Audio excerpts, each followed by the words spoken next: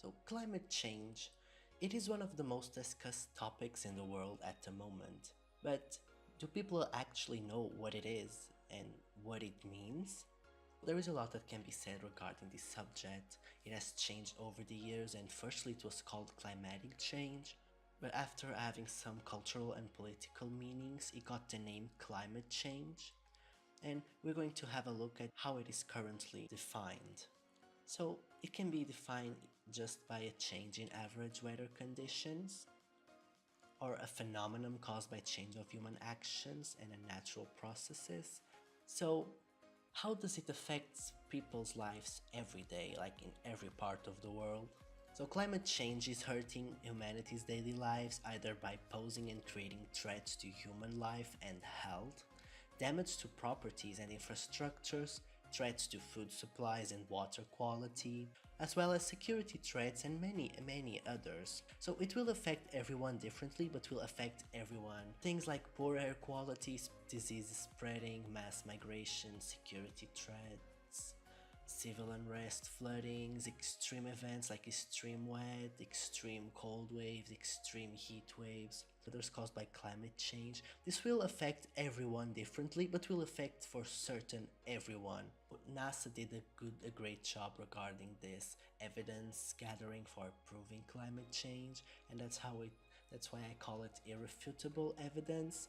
So first we have the global temperature rise, and the planet's average surface temperature has risen about 1.62 degrees Fahrenheit, which translates to 0.9 degrees Celsius, since the late 19th century. So this was largely driven by increased carbon dioxide and other human-made emissions into the atmosphere. So you can see the human hand on this one. The warming oceans are due to this because they absorb much of this increased heat, with the top 700 meters of ocean showing warming of more than 0.4 degrees Fahrenheit since 1969. So this is a problem that it's not recent, it's been going on for lots of decades. So of course, with the warming oceans, with the global temperature rise, we have the shrinking ice sheet. So the Greenland and Antarctic ice sheets have decreased in mass in the last decade, and NASA's gravity recovery and climate experiments show that Greenland lost an average of 281 billion tons of ice per year between 1993 and 2016. On the other hand, Antarctica lost about 119 billion tons during the same time period. And this will also translate to glacial retreat, because glaciers are retreating almost everywhere around the world, and the declining Arctic sea ice. Both the extent and thickness of Arctic sea ice has declined rapidly over the last several decades. We also have the decreased snow cover. Satellite observations reveal that the amount of spring snow cover in the northern hemisphere has decreased over the past 5 decades, and that the snow is melting earlier. So the snow melts, and then we have the sea level rise. Global sea level rose about 8 inches in the last century. It is nearly double that of the last century and is accelerating slightly every year. So the overall climate changes then, they will cause these extreme events, such as high temperature events in the United States, as we seen not too long ago, the California wildfires. And then we have the number of low temperature events, they have been decreasing. And then the US specifically also witnessed increasing numbers of intense rainfall events. There is another evidence that is not as openly talked about as the other ones, which is the ocean acidification. And since the beginning of the Industrial Revolution, the acidity of surface ocean waters has increased by about 30%. This increase is the result of humans emitting more carbon dioxide into the atmosphere, and then more of it is absorbed into the ocean. So the amount of carbon dioxide absorbed by the upper layer of the oceans is increasing by about 2 billion tons per year. These are scary numbers.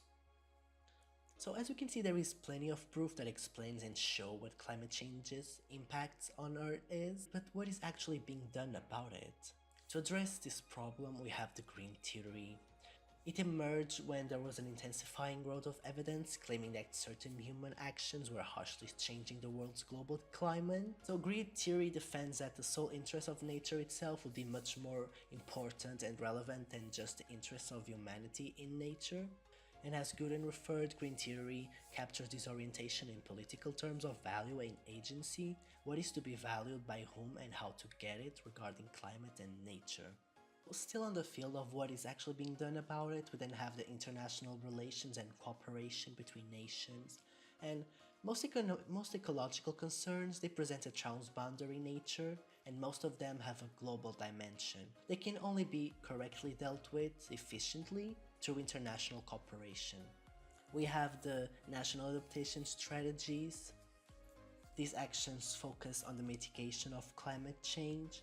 And then we have the EEA, the European Environment Agency, which main task is to provide independent information on the environment. So they aim to support sustainable development in several countries by helping to achieve significant and measurable improvement in Europe's environment. So they provide targeted, timely, relevant and reliable information for the policy making agents and the public. Of course, outside the Europe, we also have the cooperation between non-European countries. Through climate diplomacy and cooperation initiatives, the EU aims to build political will and trust to advance global action.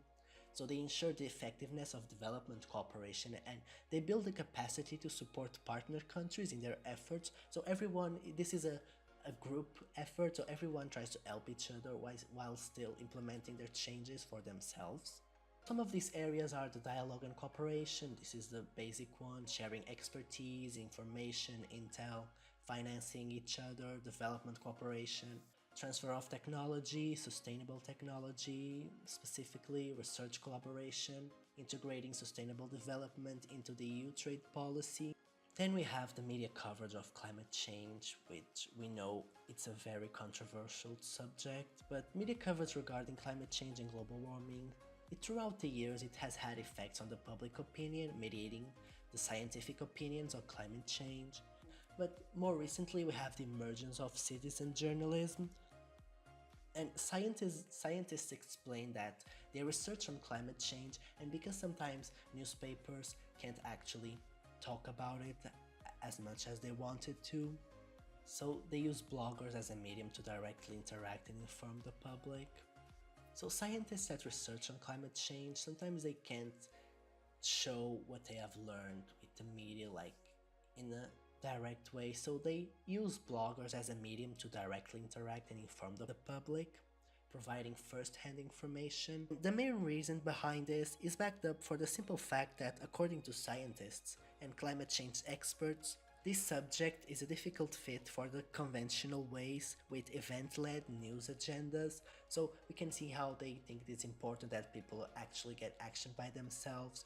We have the climate change in the public sphere, and we have to look at it how it was before. So when it first was being talked about, people were very skeptic about it. There was denial and non-acceptance, saying that this was like a conspiracy theory or something like that. Claims of lack of scientific proof, that there was not enough proof regarding it, and this is just crazy weather things happening. We have the very controversial statement of the United States President Donald Trump that climate change was a Chinese invention because China was trying to be on the upper hand regarding the industry sector. So by saying that climate change is real, China was just using it in a way to make the United States stop producing as much in the industry, so China would be winning. So Donald Trump actually said that China invented climate change so that they could win the United States regarding industry sector. So there was a lot being said about it, and the president is still very skeptic regarding climate change. But with all the media coverage and the development throughout the years, we now have the faster media coverage. Every newspaper talks about climate change at least once a day. It is being talked about now as it never has been before. There is more scientific proof and evidence, public acknowledgement of the issues, so people are actually realizing it is real, and they are already feeling the impact, and they see lots of proof and people talking about it, so they acknowledge it. So this contributes for a general awareness of climate change, and then people actually They know it's real, so they want to take actions. They don't want to wait for the governments. There are actions being taken by the public. It's the green activism. And as a great example for that, we have the Rise for Climate movement. And on 7 continents in 95 countries with 900 plus actions, people worldwide demanded real climate action from their local leaders. And this happened this year on September 8th. Hundreds of thousands of people worldwide displayed the growing strength and the diversity of the climate change movement. So they actually did this. They don't want to wait for the government. Everyone is aware of it. They want to do something about it. So their main objective was to show the world what real climate leadership looked like. And people show that they will not just wait for government to act. They want to help save the world. They want to help stop climate change.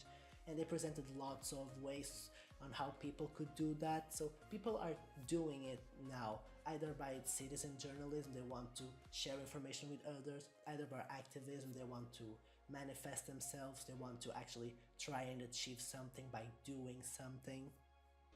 But then we have to also look at the developing countries' reality in climate change subject. So developing countries are in a sensitive position regarding temperature rise because they are mostly situated in hot climates. So international cooperation is of great relevance. We have the United Nations statement that the EMF's latest World Economic Outlook report warns that economies of developing countries are facing accelerating climate threats, as evidenced by recent hurricanes in the Caribbean and Latin America and extreme floods in Asia and Africa.